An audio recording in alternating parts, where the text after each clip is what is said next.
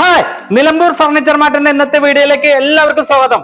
നമ്മൾ new year ആയിട്ട്, അതായത് നമുക്ക് കുറെ 25% മുതൽ 60% വരെയാണ് നമ്മൾ ബെഡുകൾക്ക്, അതേപോലെ plastic chair, branded plastic chair, Moderna, S square അങ്ങനെയുള്ള ബ്രാൻഡഡ് ചെയറുകൾക്ക് നമ്മൾ കൊടുക്കുന്നത്. അതേപോലെ branded ബെഡുകൾ Sulfex, Sunidra, repose, Peps അങ്ങനെയുള്ള കുറെ ബ്രാൻഡുകൾ, അതേപോലെ സെഞ്ചുറി, ഇങ്ങനെ ബ്രാൻഡഡ് ബെഡുകൾ, ഓൺലൈൻ കിട്ടുന്ന ബ്രാൻഡഡ് ബെഡുകളാണ് നമ്മൾ 25% മുതൽ 60% വരെ ഫാക്ടറി വിലയ്ക്ക് കൊടുക്കുന്നത്. ഇത് കൂടാതെ മരത്തിന്റെ ഐറ്റംസ്, തേക്കിന്റെ, അതേപോലെ അക്വേഷ്യ, മെയിനായിട്ട് നമുക്ക് ഡിപ്പോ തേക്കിലുള്ള ഐറ്റംസ് ആണ് നമ്മുടെ ഷോപ്പിലുള്ളത്. അതന്നെ നാടൻ തേക്കിലുണ്ട്, നിലമ്പൂർ നാടൻ തേക്കിലും ഡിപ്പോ തേക്കിലുണ്ട്. നമ്മുടെ ഷോപ്പ് വരുന്നത്, കാരണം GST കാര്യങ്ങളെല്ലാം വരുന്നത് നമ്മുടെ നിലമ്പൂര്, അതായത് നിലമ്പൂർ തന്നെയാണ്. അപ്പോൾ നമ്മളിത് കറക്റ്റ് ഫാക്ടറി ഔട്ട്ലെറ്റ് ആണ്. അല്ല, നമ്മൾ പേര് മാത്രം ഒരുപാട് സ്ഥലങ്ങളിൽ പേര് നിലമ്പൂർ എന്ന് ഉപയോഗിക്കുന്നുണ്ട്. എന്നിട്ട് ആ പേര് മാത്രം നിലമ്പൂർ എന്ന് ഉപയോഗിച്ച് പല രീതിയിലുള്ള തേക്കുകളും ഉണ്ടാവും. നമ്മൾ നിലമ്പൂർ തേക്ക് എന്ന് പറഞ്ഞാൽ കറക്റ്റ് നിലമ്പൂരിലെ തേക്ക് തന്നെയാണ്.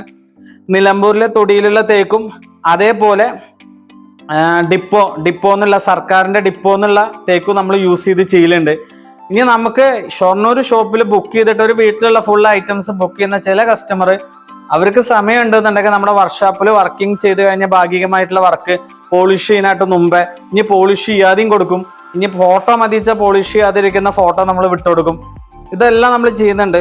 കാരണം നമ്മൾ കറക്റ്റ് നിലമ്പൂർ ഫർണിച്ചർ കൊണ്ട് ഉണ്ടാക്കുന്ന കാര്യം കൊണ്ടാണ് നമ്മൾ ചെയ്യുന്നത്.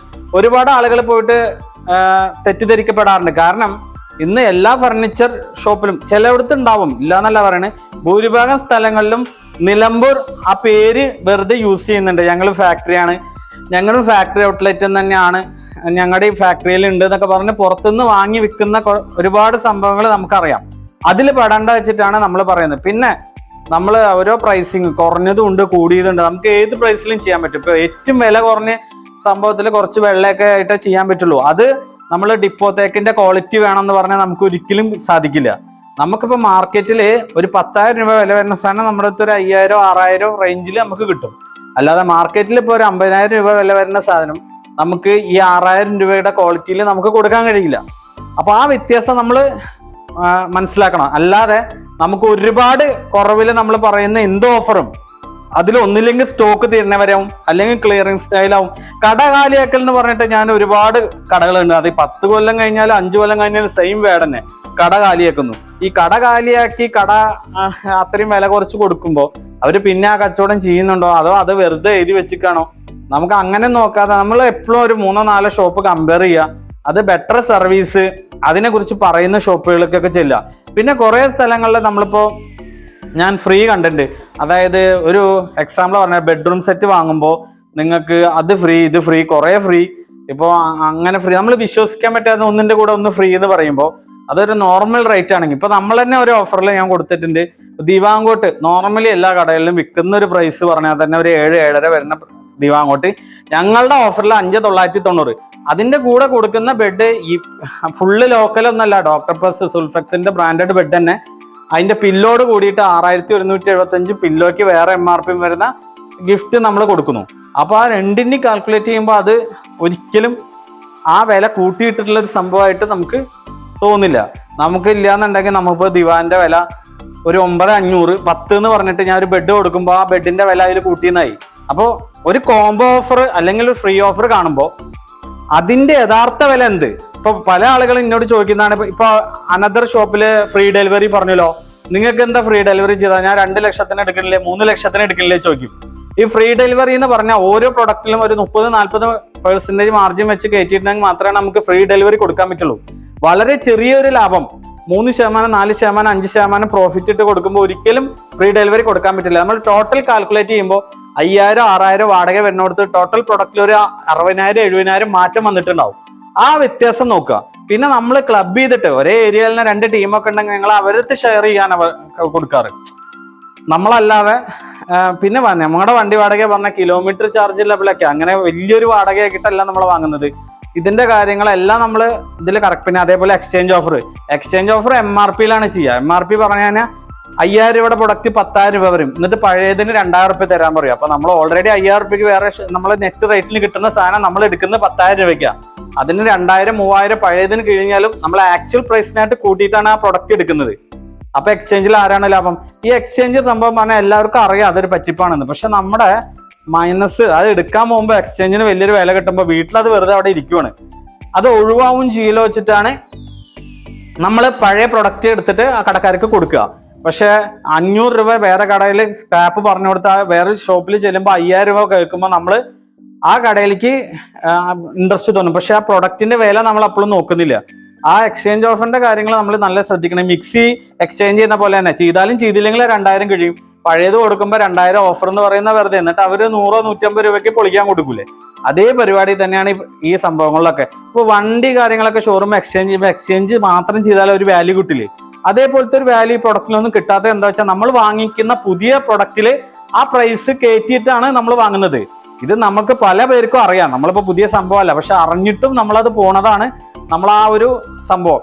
പിന്നെ നമ്മൾ എങ്ങനെയൊക്കെ 3-4 ഷോപ്പിൽ നോക്കിയാലും നമ്മൾ കുറെ എന്തായതല്ല അപ്പൊ എക്സ്ചേഞ്ച് ഇവിടെ കൊടുക്കാന്ന് പറയും. നമ്മൾ ഇതൊക്കെ പറഞ്ഞു കൊടുത്താലും അപ്പൊ അതൊക്കെ ശ്രദ്ധിക്കണം. പിന്നെ നമ്മുടെ തന്നെ യൂട്യൂബിൽ കുറെ പേര് കമന്റ് അതിനൊക്കെ എടുത്തു നോക്കിയാൽ അനദർ ഷോപ്പുകൾ എനിക്ക് കമന്റ് ഇടുന്നതിന്റെ കാര്യങ്ങളൊരു പ്രശ്നമില്ല. പക്ഷെ ഈ നെഗറ്റീവ് കമന്റ് ഇടുന്ന ആളുകൾക്ക് അവർക്ക് അവരുടെ ബിസിനസ് വളർത്താൻ എന്തൊക്കെ ഓഫർ കൊടുത്ത് കസ്റ്റമറെ പിടിച്ചു നിർത്താനുള്ള കഴിവാണ് നമ്മൾ ചെയ്യുന്നുണ്ട്.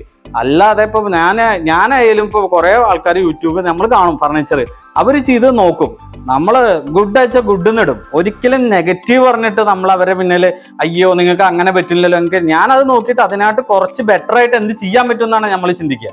അപ്പൊ നമ്മളിത് നമ്മുടെ യൂട്യൂബ് കാണുന്ന കോമ്പറ്റീറ്റർമാരത്ത് നമ്മൾ പറയുന്നത് എന്താ വെച്ചാൽ നമ്മളിത് കണ്ട് ഇതിനായിട്ട് ബെറ്റർ ആയിട്ട് നമ്മൾ സ്വന്തം ആ ഷോപ്പിൽ ചെയ്ത് വിജയിപ്പിക്കാൻ നോക്കുക. അല്ലാതെ നമ്മളിപ്പോ ഇന്ന പോലെ ഒരുപാട് ആൾക്കാർ വീഡിയോസ് ചെയ്യുന്നുണ്ടാവും. അവരെ പിന്നിലൊക്കെ പോയിട്ട് നിങ്ങളിത് എങ്ങനെ കൊടുക്കുന്നത്, നിങ്ങൾ അങ്ങനെ കൊടുക്കരുത്, നിങ്ങൾ ഇങ്ങനെ കസ്റ്റമറെ നന്നാക്കണം ഇത്രയും കുറച്ചിട്ട് അങ്ങനെ ഒന്നും ചോദിക്കാതെ നമുക്ക് എത്രയും ബെറ്ററിൽ കൊടുക്കാൻ പറ്റുമോ ആ ഒരു സംഭവത്തിൽ നമ്മൾ ചെയ്യുക. അല്ലാതെ കൊടുക്കുന്ന ആളുകളടുത്ത് പോയിട്ട് നിങ്ങൾ അങ്ങനെ കൊടുക്കരുത്, കസ്റ്റമർക്ക് ഞങ്ങൾ ഇത്ര കൊടുക്കുന്നില്ലല്ലോ.